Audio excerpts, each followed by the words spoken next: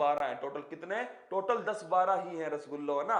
104 में सही कह रहे हो, SC ST वाला भी है दोस्तों, और साथ में कौन सा भी है? एंग्लो इंडियन भी है। लेकिन सुनना मेरे रसगुल्लो, जो मैं कह रहा हूं आपसे, महत्वपूर्ण जो अनुच्छेद है, सारे तो मैं आपको पढ़ा नहीं पाऊंगा, लेकिन 10-12 ऐसे हैं जो आपको याद होने ही चाहिए, जिनके बिना काम नहीं चलेगा मेरे दोस्तों। क्या?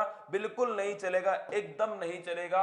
अगर आपसे पूछ ले नागरिकता संबंधित अनुच्छेद कहां से कहां तक है, तो भाग 2 में है दोस्तों नागरिकता संबंधित अनुच्छेद। किससे संबंधित है? नागरिकता संबंधित जो अनुच्छेद है वो भाग 2 में है, 5 से 11 के बीच में। किसके बीच में दोस्तों? 5 से 11 के बीच में। अगला क्वेश्चन अगर आपसे पूछ ले यहां पर, देखिए मौलिक अधिकार में से क्वेश्चन बनता है क्या?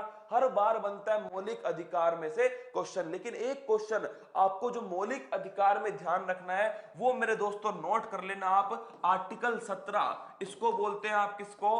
अस्पृश्यता, या फिर मेरे दोस्तों क्या बोलते हैं आप? जो छुआछूत है, इसका अंत करना। क्या करना? अनटचेबिलिटी का अंत करना। यह आर्टिकल 17 के अंदर लिखा हुआ है। किसके अंदर?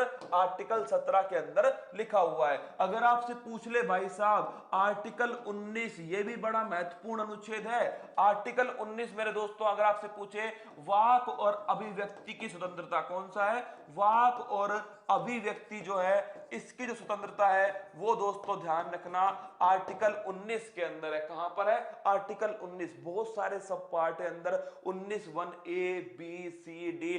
आर्टिकल 19 ध्यान रखना आप दोस्तों, वाक और अभिव्यक्ति की स्वतंत्रता। अगला क्वेश्चन आपसे पूछेगा आर्टिकल 21। मेरे दोस्तों सबसे बड़ा अनुच्छेद कौन सा है? वो यही है आर्टिकल 21, और इसको बोलते हैं गरिमापूर्ण जीवन जीने का अधिकार। दोस्तों अगर आपसे पूछे गरिमापूर्ण जीवन जीने का अधिकार किसके अंदर है, वो है आर्टिकल 21 के अंदर। किसके अंदर है? आर्टिकल 21 के अंदर है गरिमापूर्ण जीवन जीने का अधिकार। आगे देखिए दोस्तों, अगला क्वेश्चन देखिएगा आर्टिकल 21 के बाद में अगर आपसे पूछ ले क्या?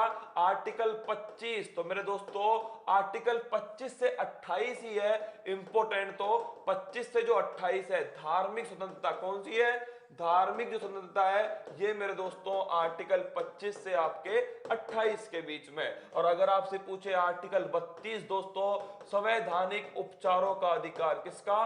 संवैधानिक उपचारों का अधिकार है, वो आर्टिकल दोस्तों 32 के अंदर है। और याद रखना है रिट जारी करना दोस्तों, सुप्रीम कोर्ट जो है वो रिट जारी करती है किससे? आर्टिकल 32 से। क्या?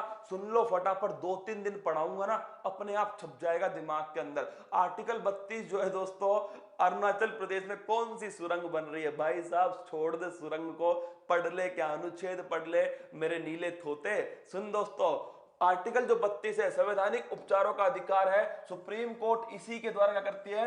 रिट जारी करती है सुप्रीम कोर्ट इसी अनुच्छेद के द्वारा। अब आगे पूछे अगर दोस्तों आर्टिकल 32 के बाद में अगर आपसे पूछ ले यहां पर, देखिए आगे आपसे पूछेगा किसके बारे में? डीपीएसपी के बारे में। किसके बारे में दोस्तों? डीपीएसपी के बारे में। तो ध्यान रखना है आर्टिकल 36 जो है दोस्तों, यहां से आर्टिकल 51 तक, ये क्या है दोस्तों? डीपीएसपी है। क्या है? डीपीएसपी, नीति निर्देशक तत्व। कौन से है?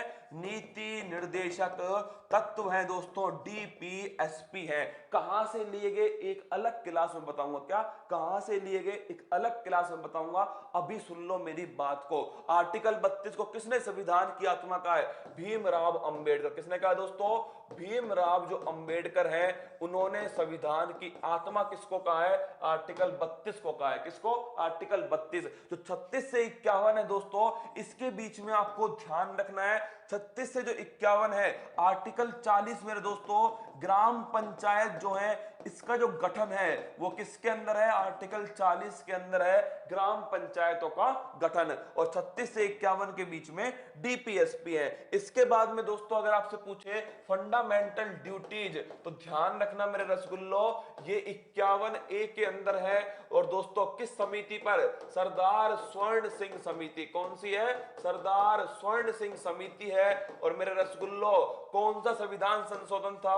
42वां संविधान संशोधन था। इसके तहत 10 दोस्तों फंडामेंटल ड्यूटीज जोड़ी गई और वर्तमान में कितनी है? वर्तमान में 11 है। ये एक कौन से संविधान संशोधन से? एक आती है 86वें संविधान संशोधन से। ये वो सवाल है जो हर बार पेपर वाला पूछता है फंडामेंटल ड्यूटीज के बारे में। क्या दोस्तों? फंडामेंटल ड्यूटीज आर्टिकल 51A के अंदर है। सरदार स्वर्ण सिंह समिति के द्वारा दोस्तों इसकी स्थापना होती है। 42वां संविधान संशोधन था। कब आया? 1976 में आता है दोस्तों। और टोटल 10 थी पहले, अब कितनी है? अब 11 है भाई साहब। 86वें संविधान संशोधन से शिक्षा संबंधित दोस्तों, कौन सी?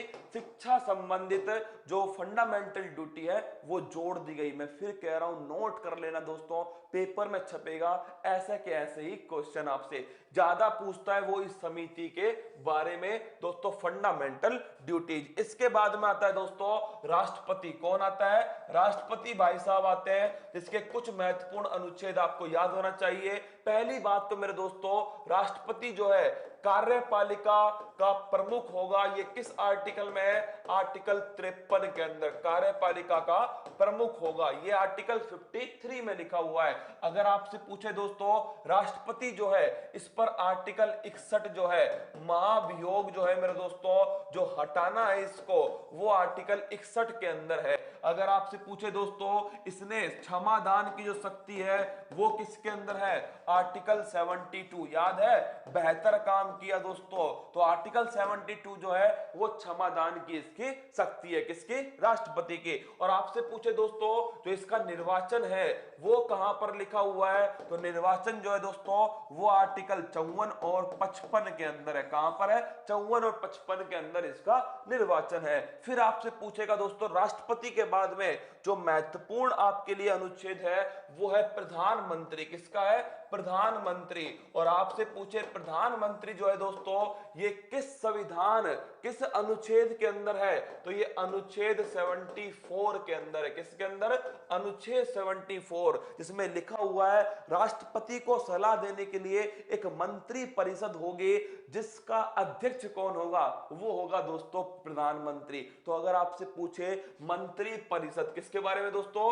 मंत्री परिषद के बारे में पूछ ले, या फिर मेरे रसगुल्लो आपसे प्रधानमंत्री के बारे में पूछे, तो आर्टिकल कौन सा है? 74। मैं फिर कह रहा हूं 2-3 बार सुनना दोस्तों, कोई ना कोई सवाल टपक जाएगा। क्या? कोई ना कोई टपक जाएगा अगर आपका प्यार बना रहा इसी प्रकार दोस्तों। तो देखिए आर्टिकल 74 हो गया। इसके बाद आता है दोस्तों आर्टिकल 75। कौन आता है? 75। अगर आपसे पूछ ले, क्या पूछे दोस्तों? अगर आपसे पूछे कि उत्तरदायित्व किसके प्रति होगा, तो ध्यान रखना मेरे दोस्तों, अगर आपसे पूछेगा उत्तरदायित्व तो राष्ट्रपति के प्रति होगा उत्तरदायित्व। व्यक्तिगत जो उत्तरदायित्व है वो होता है राष्ट्रपति के प्रति, और दोस्तों जो सामूहिक उत्तरदायित्व है वो होता है लोकसभा के प्रति। किसके? लोकसभा के प्रति। पेपर में पूछा गया सवाल है 75। आगे आता है 76 मेरे दोस्तों। ये तो आपको पता ही है, छिहत्तर पढ़ेंगे। क्या पढ़ेंगे? छिहत्तर पढ़ेंगे भाई साहब। 76 महान्यायवादी। कौन है? महान्यायवादी अटॉर्नी जनरल। कौन है दोस्तों? एजी, अटॉर्नी जनरल, महान्यायवादी, आर्टिकल 76 के अंदर है। इसके बाद दोस्तों आगे बढ़ते हैं। इसके बाद में जो महत्वपूर्ण अनुच्छेद आपके लिए है वो है मेरे लाडलो, लिख लेना, सरला। कौन है? सरला। और सरला में क्या है दोस्तों? 79, 80 और 81। संसद है मेरे रसगुल्लो, राज्यसभा है और फिर है लोकसभा। कौन है? लोकसभा। तो ध्यान रखना है आपको, 70, 79, 80, 81 जो है ये सरला है दोस्तों, संसद, राज्यसभा और लोकसभा।